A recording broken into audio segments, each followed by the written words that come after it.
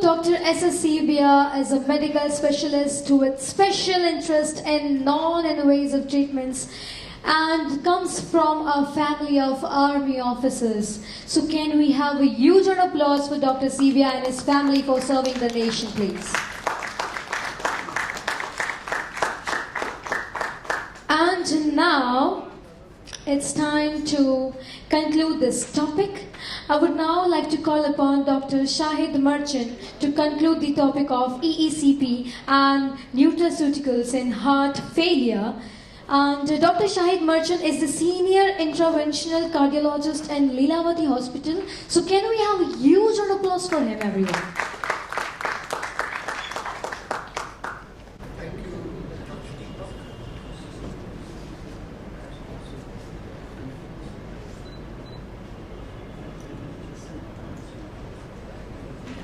Thank you, Dr. Deepak. I think this is the end of the day. I must thank Dr. Sibia and Dr. Anupam for their lovely lecture on the EECP.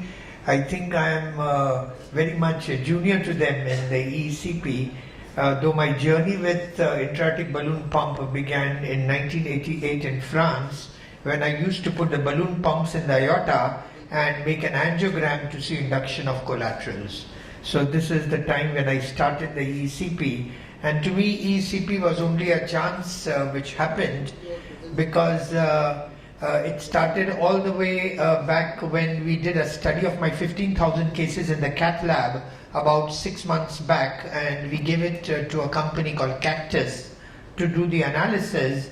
And I found that where we had done single vessel angioplasties, almost 15-20% patients were diabetics, and where we had done complex cases like left main or bifurcation, almost 40-45% were hypertensives or diabetics, and where we had put stents in the carotid, in the renal, stent grafts in the aorta, and stents in the peripheral artery, including diabetic foot, almost 70-80% patients were diabetics.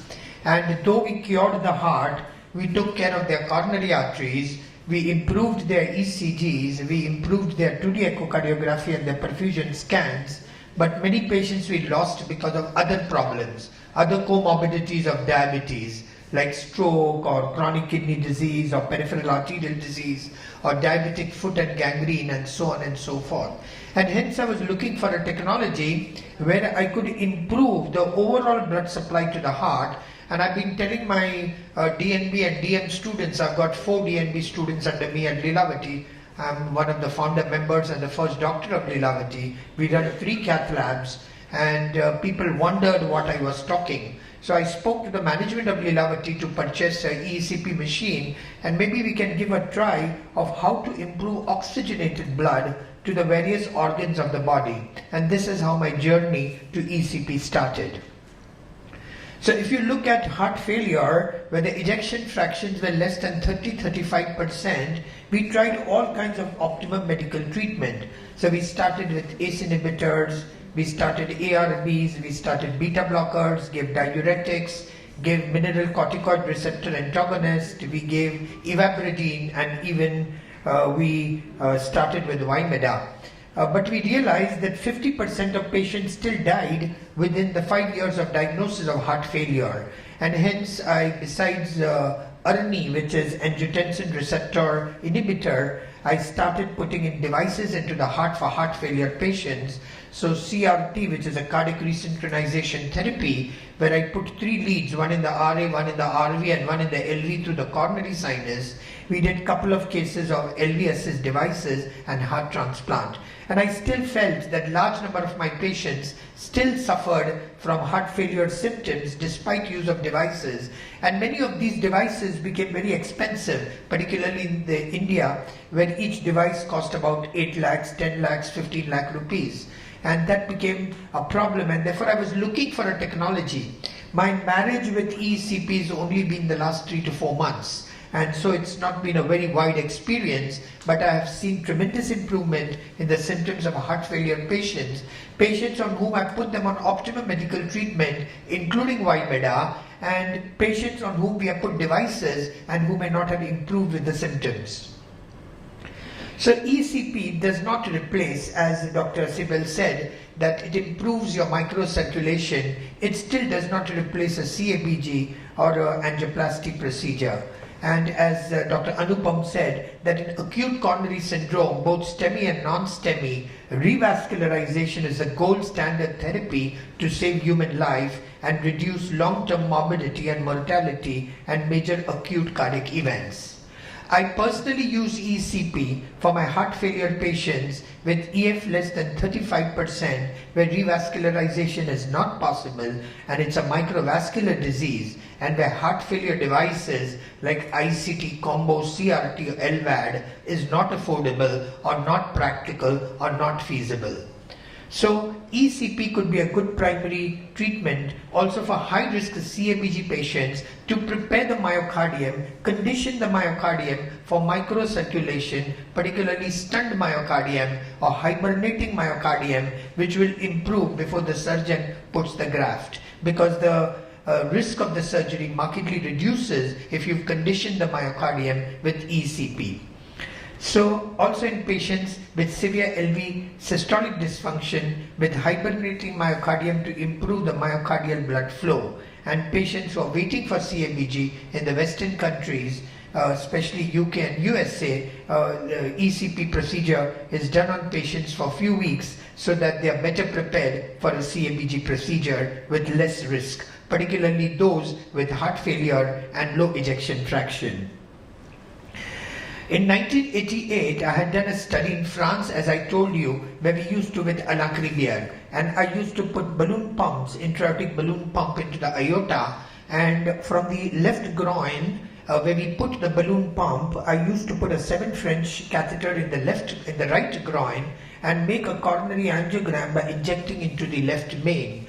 And when during diastole the balloon inflated and the aortic valve closed, there was a coronary perfusion, and angiographically we could document that there was an induction of collaterals. Now this was very, very interesting to me, because if we inflated a balloon in the LED, inflated the balloon in the aorta and injected into the left system to look at the right coronary artery, we could see there was an induction of collaterals angiographically documented. So this has been my interest from 1988 when we did this particular study in France. Yes, ECP as a secondary treatment is also helpful in post-PTCA patients and post-CABG patients when there is a residual ischemia. As Dr. Sibel said, that this residual ischemia could be due to microvascular problems, and therefore the patient keeps complaining of angina pain after a CABG or after a PCI. After PCI, when you develop a restenosis, yes, it becomes a good treatment. Also CABG, when there's a graft occlusion and the patient is not willing for a redo CABG, or if there is a microvascular problem, or after the bypass where the surgeon has harvested the graft and the native vessels are still diseased, I think ECP works wonders.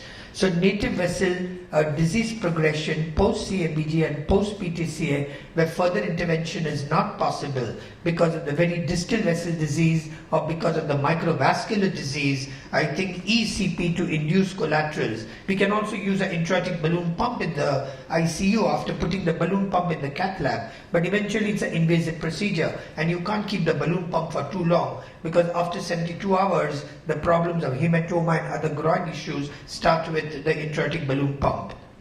So in heart failure, there is a symptomatic improvement in heart failure patients. Recurrent admissions due to repeated pulmonary edema would be reduced by the use of the ECP, and cardiomyopathy, as Dr. Sibel said, both ischemic and non-ischemic cardiomyopathy would benefit from this technology. So these are the absolute contraindications and the relative contraindications. As Dr. Anupam said, AR becomes very important, aortic dissection, and nobody would use ECP in this kind of contraindications. So how does ECP work in heart failure? That is what my colleagues and my juniors asked me, and this was my theory. I said maybe ECP is like a non-invasive intra-aortic balloon pump. It's squeezing the blood from the calf, from the thigh and from the pelvis at high pressure during diastole when the heart valve, aortic valve is closed, when the heart is relaxed and there is coronary blood flow which improves. This improves the microcirculation. It induces microcapillaries. It induces microcollaterals which perfuse the ischemic myocardium. And these microcollaterals or capillaries are going to increase the perfusion and therefore decrease the LV and diastolic pressure, improve the cardiac index and reduce the pulmonary edema.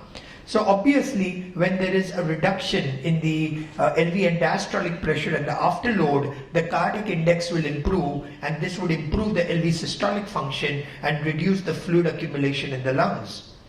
It also produces, as Dr. Sibal said, a peripheral vasodilatation, which improves the endothelial function of the peripheral arteries, increasing nitrous oxide release, decreases the LV afterload, and this would definitely work to decrease the afterload and improve the preload in patients with peripheral vasodilatation, which can be done with EECP.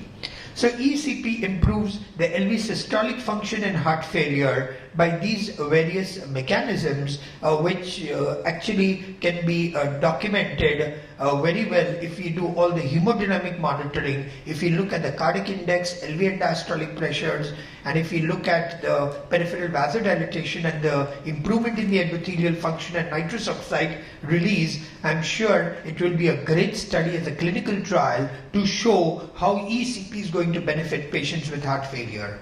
So this is the mechanism of ECP treatment, which has been shown by my colleague Dr. Anupam, and so this was the multi-center study trial on the enhanced counter pulsation. It's a prospective randomized trial, it's a blinded trial, and a controlled trial of ECP in angina patients with proven coronary artery disease and a stress test positive for ischemia.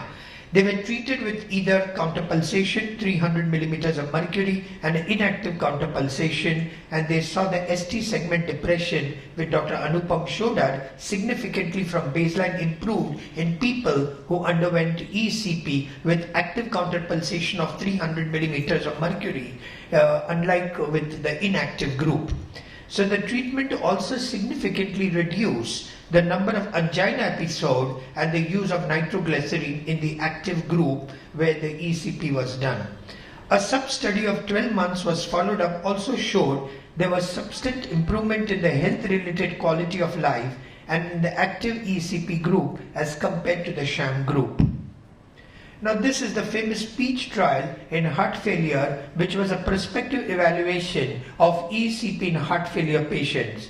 It's a prospective evaluation of ECP in heart failure patients who had mild to moderate class 2 to class 3 symptoms. So patients were randomized to either ECP with a protocol-defined optimum pharmacological treatment or pharmacological therapy alone. And about 35 sessions in ECP and 25% in the control group increased the exercise time by at least 60 seconds at 6 months. So the NYHA functional class improved with patients who had undergone ECP. Also, the Minnesota Living with Heart Failure score improved significantly in the treated group with ECP, and in the subgroup analysis of elderly patients 65 years or older. In addition to mean changes in exercise duration, their peak oxygen consumption from baseline was significantly increased when compared to the control group at 1 week, 3 months and 6 months following completion of the ECP therapy. So what are the acute hemodynamic benefits during ECP? As Dr. Sibal said, that ECP can be used in acute myocardial infarction, but we have to protect ourselves. Should we use ECP in cardiogenic shock? Yes, you should use, because there are basic acute, if we can use an intra-aortic balloon pump in the cath lab in cardiogenic shock patients and do revascularization, we could also stabilize patients for a couple of sessions of ECP before we take them to the cath lab to do stent procedure. So the ECP hemodynamic benefits are similar to that of intra-aortic balloon pump, which we put in the cath lab. During ECP treatment, the cuff pressure given in the lower extremity results in significant change in the hemodynamic circulation. I'm talking about central aortic pressure, similar to what we see in intra-aortic balloon pump, except the increase in the venous rate return, that in the preload is increased with the ECP. So when the cuffs inflate sequentially, it increases both the central aortic pressure and the intracoronary diastolic pressure up to 92 to 93% respectively, and the intracoronary flow velocity is increased by 150% and the coronary flow increased by 28%. Similarly, the cuff inflation also causes increase in the preload because there's an increase in the venous return, which causes increase in the right atrial pressure, the pulmonary capillary blood pressure, the increase in the blood flow in the left ventricle, and the cardiac index. So during ECP, the cardiac output has shown to increase up to 25%.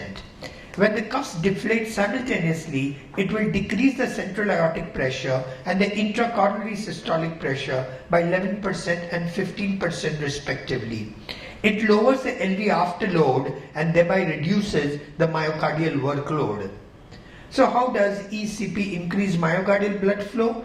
As we said, that ECP is shown to induce development of microcapillaries from the pre-existing vessels and by enhancing the collateral flow. It is associated with the significant increase in the angiogenic factor, including the plasma vascular endothelial growth factor and the fibroblast growth factors.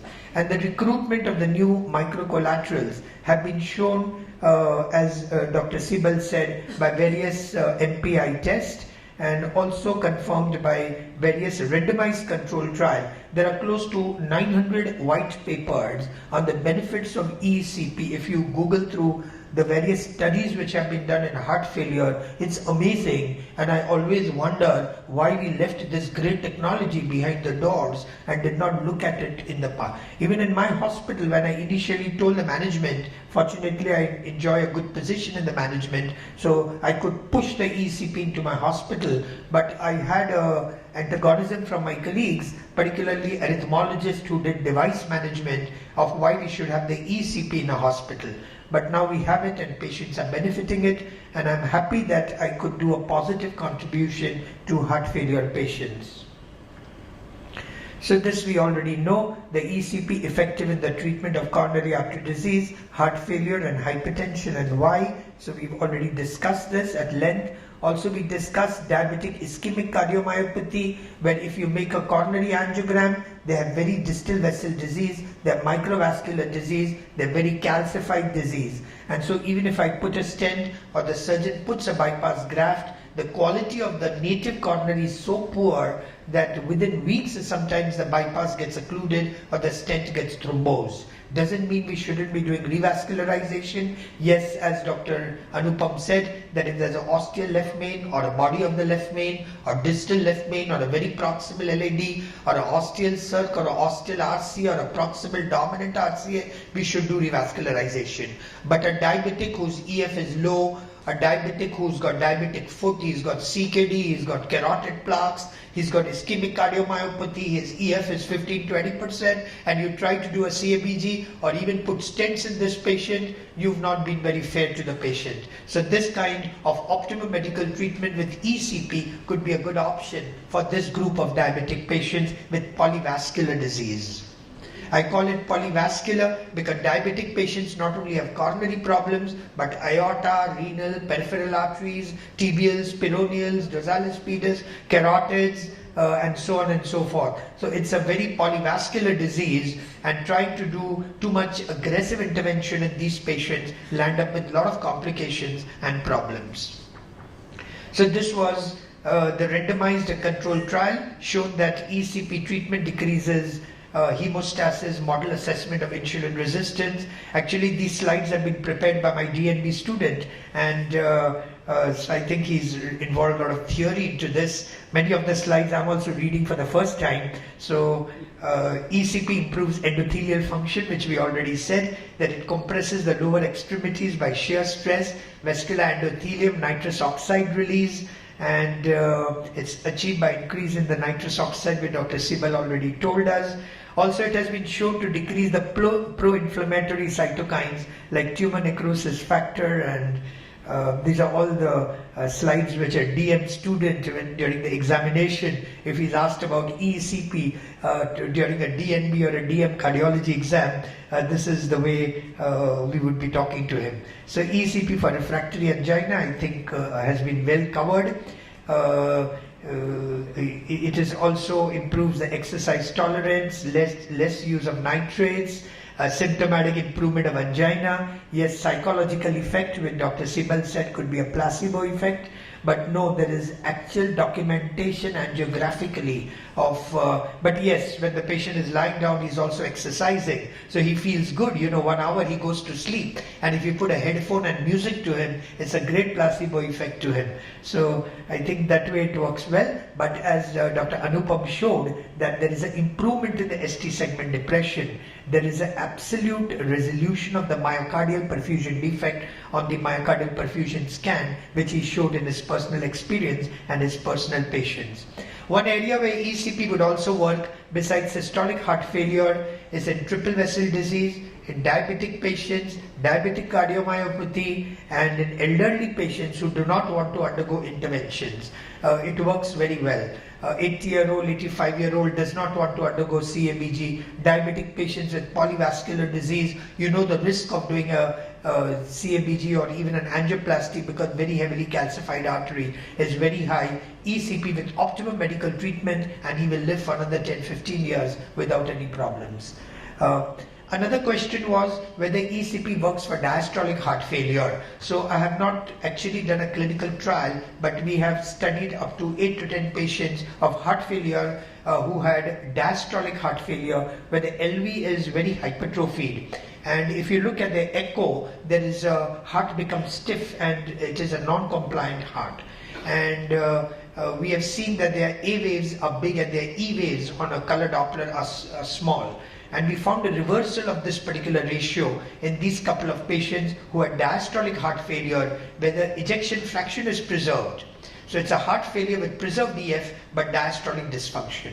And these patients with heart failure would also benefit with ECP. Maybe next year, if Dr. Deepak is kind enough to invite me, I may present a few of our cases, because as I told Dr. Deepak that our working on the ECP for heart failure has been only for the last couple of months. But I'm very positive now that the numbers will only increase, and the next time when you do your meeting, I'll be able to give you the exact registry of the patients who have benefited from this. So refractory angina, we already said. Heart failure, I've already said, but there was a multi-center feasibility study which has been done by Soren and co-workers, who have reported heart failure patients in NYHA class 2 and 3, both ischemic and non-ischemic etiology, and they found there was significant improvement in the peak oxygen uptake by 27%, exercise capacity and functional status. All these patients were sustained for a period of 6 months after completion of 35 sessions. Should we repeat ECP? Now, if you look at the international ECP patient registry, this was in patients who had an LV ejection fraction less than 35%, who completed ECP treatment. 2 years follow-up have shown 83% survival rate and major cardiovascular event-free survival. So MACE survival almost 70%. This is equivalent to a CABG or an angioplasty. So even if you do angioplasty, there is a chance of in-stent restenosis, there's a chance of stent thrombosis. So it's not like those are 100%. Then also we have a limitation. So with ECP, even if we get 80 to 90% and a MACE-free survival of 70% at the end of 2 years, I think it's a great technology which we should all look at. And I must compliment Dr. Sibal for taking it forward at the time when nobody would look at this. So these are all the prospective trials with low EF in the Western world, where there was significant decrease in the heart failure admissions.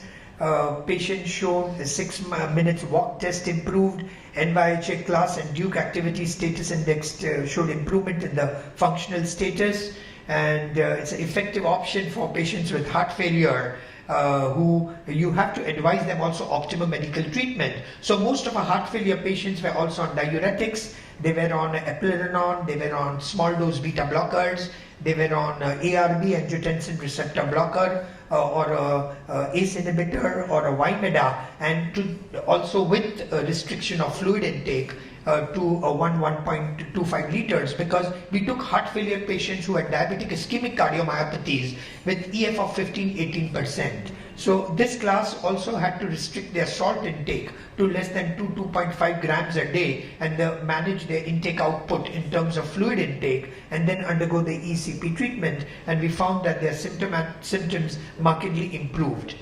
So renal function, I think Dr. Sibal already covered up. These are patients, renal functions in heart failure. So these are patients with CKD and diabetes, because heart failure patients are mainly diabetic patients who have associated CKD. Their eGFRs are low, their creatinines are high, and many times even the surgeons refuse, or the anesthetists refuse to induce them because of the high creatinine and the chances that post-CABG or post-angioplasty these patients will need dialysis, and then families may not be prepared for this. Even when we do a PCI in a diabetic patient who's got CKD, we are injecting contrast material. So contrast material is nephrotoxic, and many times we start with a creatinine of 2.2 and we land up with a creatinine of 5.6, and then suddenly we tell the family that now the patient is oliguric and he needs dialysis.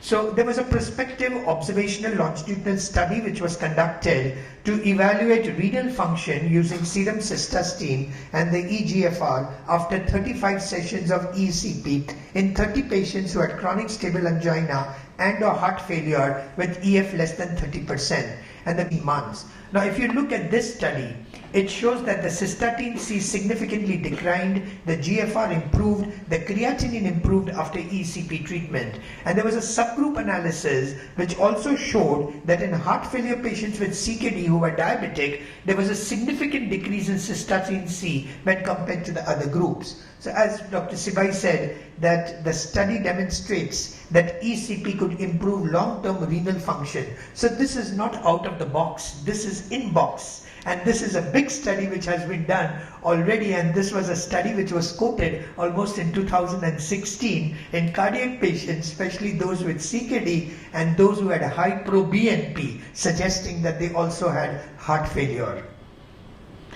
So obesity is covered up, sports recovery is covered up, and this is how we take up our patients. So we give them a tablet of Lasix, 40 milligram in the morning. We see that they can lie straight. Their heart rates are 60 to 70. We give them ivabradine. If they get ectopics, we give them Cardaron, or we give them a small dose of Concor, which is a bisoprolol.